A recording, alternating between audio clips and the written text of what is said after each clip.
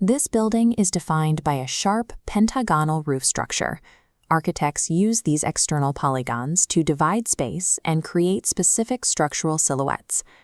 Determining the dimensions of a regular polygon like this one begins with the geometry of the circle that perfectly circumscribes its vertices.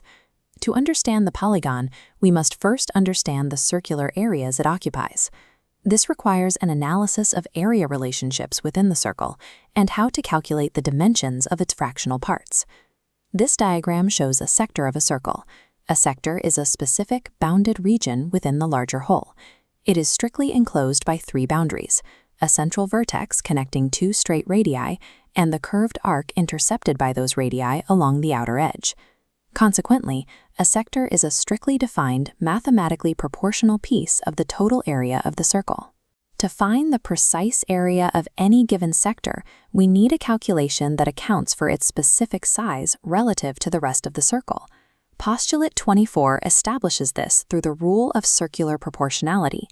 The ratio of a sector's central angle, denoted as m, to the total 360 degrees of the circle is directly proportional to its area. For instance, a 90-degree angle carves out 1/4 of the total space. Expanding that angle to 120 degrees covers exactly 1/3 of the circle's total area. Theorem 8.5.1 formalizes this relationship.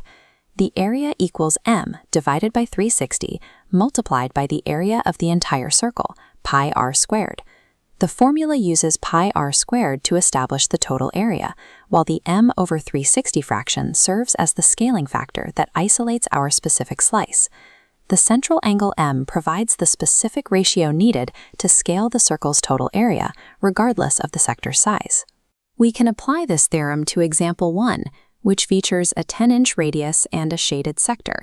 In this case, the central angle O measures 100 degrees. We input these values into the theorem, 100 over 360 multiplied by pi times 10 squared. Squaring the radius gives us 100. When multiplied into the numerator, we get an unsimplified result of 1000 pi over 360. To find the exact answer, we simplify the fraction while leaving the symbol pi in the result. This gives us a final area of 250 pi over 9 square inches. For practical applications, we convert this to a decimal approximation, 87.27 square inches. Maintaining the symbol pi preserves the exact mathematical ratio.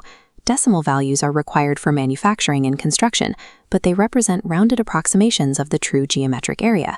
Beyond the internal area, we must also be able to measure the sector's external boundary. Determining the perimeter of a sector requires an accounting of every line that encloses the region. The perimeter is the sum of the intercepted arc length and the two straight internal radii that connect the arc to the center. This same logic applies to a semicircle in Corollary 8.5.2, where the perimeter is half the total circumference plus the length of the diameter. There is a second way to divide a circle, the circular segment. A segment is bordered strictly by a straight chord and its corresponding minor arc. Unlike sectors, there is no single direct baseline formula to calculate a segment's area.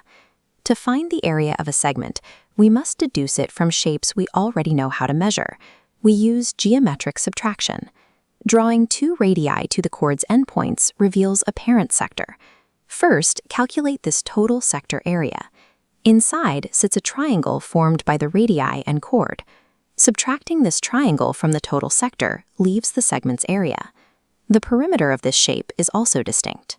While a sector's perimeter includes two radii, the perimeter of a segment is simply the length of the chord plus the length of its arc. Complex regions are solved by identifying known primitives and subtracting them from the larger whole.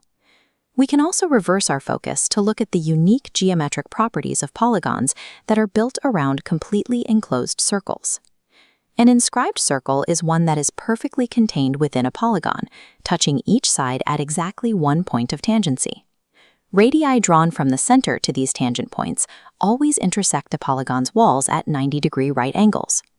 By drawing lines to the corners of the polygon, we divide it into smaller triangles.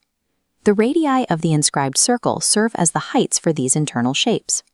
Theorem 8.5.3 states that the total area of the polygon is equal to 1/2 times its perimeter multiplied by the radius of its inscribed circle. Theorem 8.5.3 allows for a direct calculation of a polygon's area by linking its external perimeter to its internal inscribed radius. In example 6, we have a triangle with sides of 5, 12, and 13 centimeters. The inscribed circle has a radius of 2 centimeters. The perimeter of this triangle is exactly 30 centimeters. Using our theorem, 1/2 times 30 times 2 gives us a total area of 30 square centimeters. We can verify this result by looking at the specific properties of the triangle itself.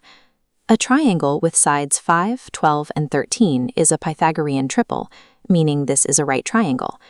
The standard area formula for a right triangle, 1/2 base times height, also yields exactly 30 square centimeters. The two methods produce an identical result, demonstrating that the same proportional rules connect the areas of both circles and the polygons that bound them.